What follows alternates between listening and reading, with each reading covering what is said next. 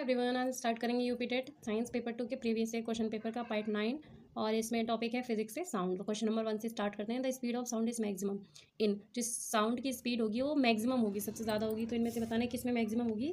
तो देखो सॉलिड में मैक्सिमम होती है, तो इसमें ऑप्शन डी करेक्ट हो जाएगा, स्टील में सबसे ज़्यादा होगी। ठीक है, आते हैं क्वेश्चन नंबर 2 पर। In a medium the nature of sound wave is, किसी भी मीडियम में जो साउंड वेव का नेचर होगा, किसी भी मीडियम में जो साउंड वेव का नेचर होगा वो कैसा होगा? ट्रांसवर्स, दोनों लॉन्गिट्यूडनल या ट्रांसफर, या फिर कोई भी नहीं, लॉन्गिट्यूडनल भी नहीं, ट्रांसवर्स भी नहीं, या फिर ओनली लॉन्गिट्यूडनल। तो ऑप्शन सी करेक्ट हो जाएगा, ओनली लॉन्गिट्यूडनल। ठीक है, तो ऑप्शन सी करेक्ट हो जाएगा। आते हैं क्वेश्चन नंबर 3 पे। आइडेंटिफाई द करेक्ट स्टेटमेंट्स, इसमें से सही स्टेटमेंट को आइडेंटिफाई करना है।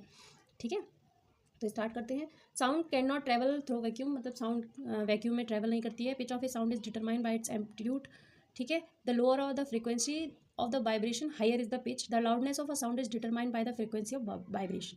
तो देखो ये बोल रहा है कि जो साउंड की लाउडनेस है वो फ्रीक्वेंसी ऑफ वाइब्रेशन से डिटरमाइन कर सकते हैं।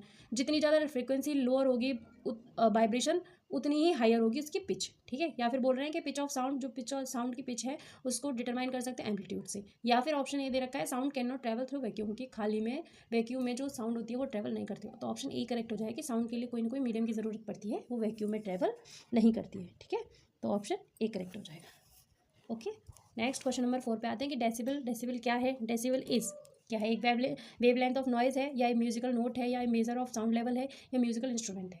तो देखो डेसिबल क्या है? साउंड के लेवल को मेजर करती है, तो a measure of sound level. Option C correct हो जाएगा।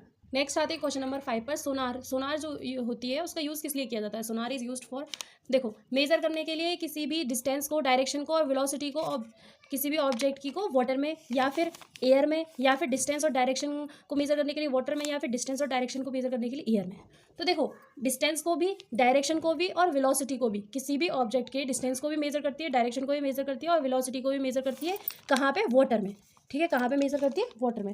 तो ये जो आपका ऑप्शन ए वाला होगा वो करेक्ट हो जाएगा, ऑप्शन ए। ठीक है, कहाँ पे करेगी? वाटर में। ठीक है, ऑप्शन ए वाला करेक्ट हो जाएगा। ठीक है, आते क्वेश्चन नंबर 6 पर। इनकरेक्ट स्टेटमेंट, इनकरेक्ट स्टेटमेंट कौन सी है जो इनमें से सही नहीं है वो बताना है आपको। ठीक है, चलिए पहला है a drum vibrate with a low frequency therefore it produce A low pitch sound, मतलब एक ड्रम वाइब्रेट करता है लो फ्रीक्वेंसी से, तो साउंड भी लो पिच सुनाई देती है। या फिर a whistle has a high frequency and therefore it produce a sound of higher pitch, जो विशल होती है उसकी हाई फ्रीक्वेंसी होती है, तो इसीलिए वो जो साउंड प्रोड्यूस करती है उसकी भी हाई पिच होती है। या फिर जनरली जो वॉइस होती है मेल की या फीमेल की, तो मैन की क्या होती है? वो श्रिलर होती है, और वो मैन की नहीं होती है, कम होती है मैन के कंपेरिजन में।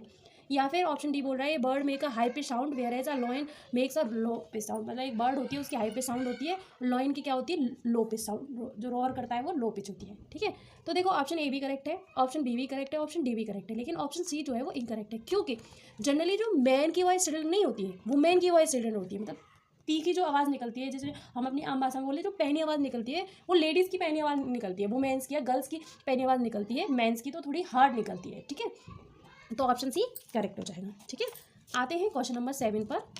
क्वेश्चन नंबर 7 पर, when the surface area of vibrating body increases, अगर किसी वाइब्रेटिंग बॉडी का सरफेस एरिया इंक्रीज कर देंगे तो उसकी इंटेंसिटी पर क्या प्रभाव पड़ेगा, या इंटेंसिटी क्या होगी?